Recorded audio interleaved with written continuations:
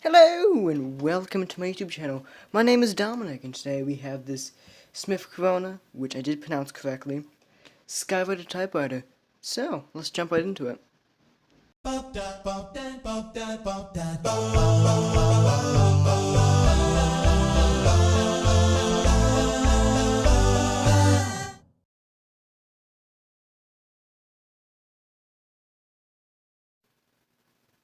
We'll begin like last time with packaging, which is this old looking leather bag I have right here. It's leather and yeah, it's really dirty. I'm scared to clean it. And it's not actually that high quality of a bag, and it's not really that appealing to the eyes. The straps fall apart way too easy to just disintegrate. But most importantly, it's salmon colored. It's like a fish, and it's like dirty and yet pink, and it's perfect for a typewriter. But however, it did come with some extra bits, like this brush. Not sure what it's for. If you know, leave it in the comment section. But yeah, it came with a brush. And an extra ink ribbon, in case you need extra ink. Of course it's useful. And this little eraser bit with a little brush. You know, so you can erase your mistake and then brush it away. I don't know if it's just me, but this looks like a squid.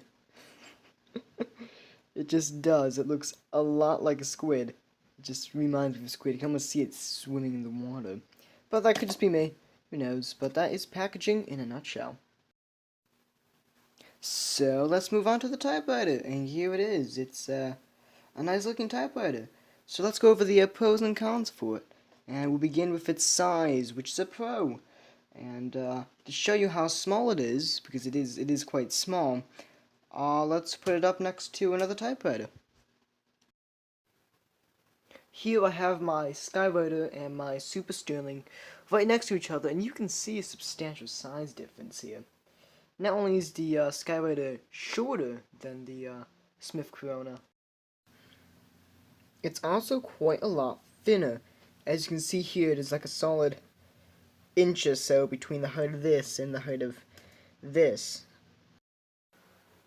And all this, of course, makes it lighter, which makes it easy to transport, which makes it a better portable typewriter. Another big pro is its strength. It feels like you can drop this off a plane and it will be fine. It's really well built, and it's yeah, every little bit of it feels like it could survive a bullet. So that's actually a really big pro. So, with the pros out of the way, let's move on to the cons, the bad bits about this. And we'll begin with the keys.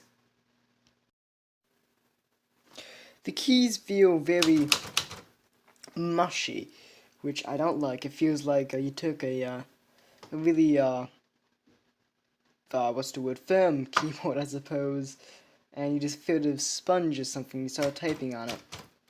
It's very spongy again.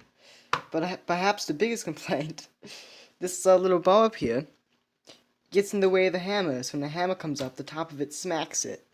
And it dents that little bar, and it makes it sound, and it sounds like that when it should sound like, I think it's no difference in the sound. There was, and now there isn't. But yeah, if you look across that, there's actually little tiny dents, which is annoying, and I actually have to have this up when I type.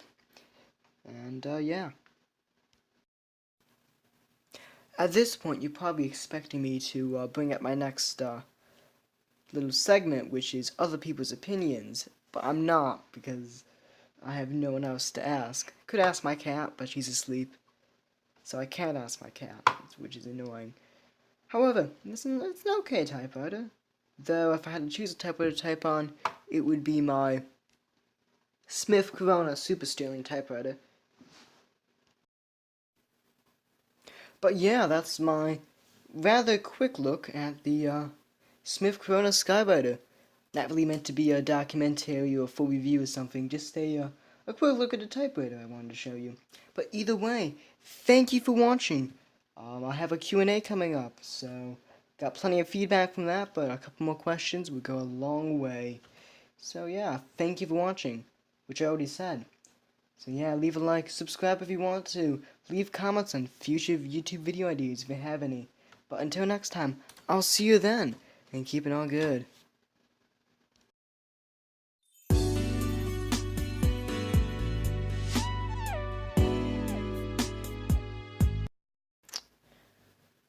This really does look like a squid. I cannot get my head wrapped around that. It really does look like a squid.